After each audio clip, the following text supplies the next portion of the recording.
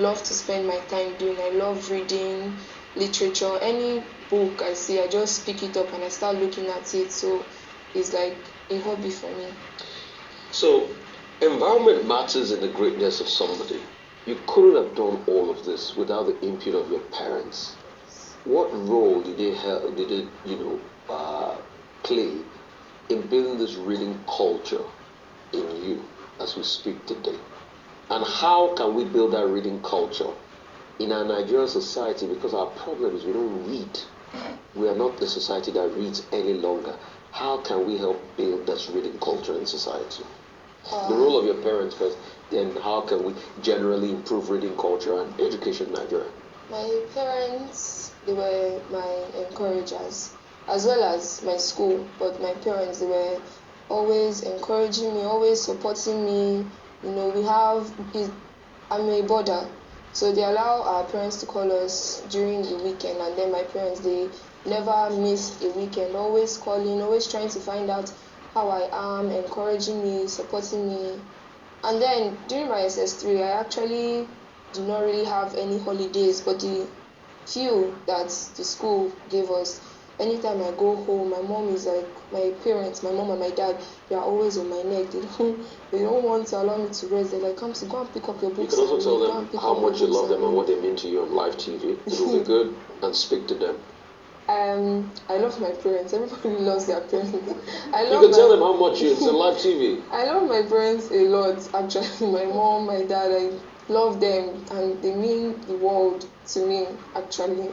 So, yeah, I love them. Okay, so how do we improve on the reading culture nationally now, and education in general? What are those things you feel that students that have not the opportunity you have, how can they be better? How can we improve them and improve the reading culture? Well, I feel even if, despite efforts and everything, if someone wants to succeed, it's a matter of determination and choice. So, but how they can improve the reading culture, they can maybe in schools where students are, they can create set times for them to read, and they're like, okay, during this time and this time, you guys have to read, you have to pick up your books. And then they should also encourage them to be determined to succeed, because me personally, I feel like despite the efforts that anyone puts in, the environment, the parents, whether or not a student will succeed is a matter of their decision, their choice. If a student is like, okay, I want to succeed, I want to achieve success, the student has to be determined, the student has to choose to succeed. And then after the student has made that choice to succeed, the student has to put in the effort. So determination helps with that. But then the environment of the students can also help by encouraging them, throwing in incentives from time to time, and just helping them, supporting them, something like that. You've been quoted as saying you admire Pastor Kumuye and also Dr. Ben Carson. We would like to talk briefly about those two role models. Gifted hands. Yes. You read the book. I am. Okay, let me start with Dr. Ben Carson.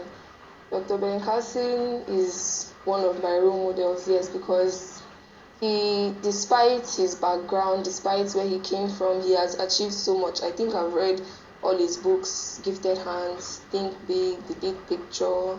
I've read those 3 books, and then when I read those books, I feel so inspired, and I'm like, okay, I want to be like this one.